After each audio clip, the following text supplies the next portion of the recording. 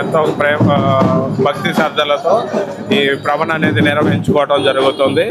మా కోరుకున్న మొక్కులు మా అందరికీ ఈ కరోనా వచ్చిన కాడి నుంచి మేము కడుతున్నాము. అంత ముందు కూడా కట్టేవాళ్ళం.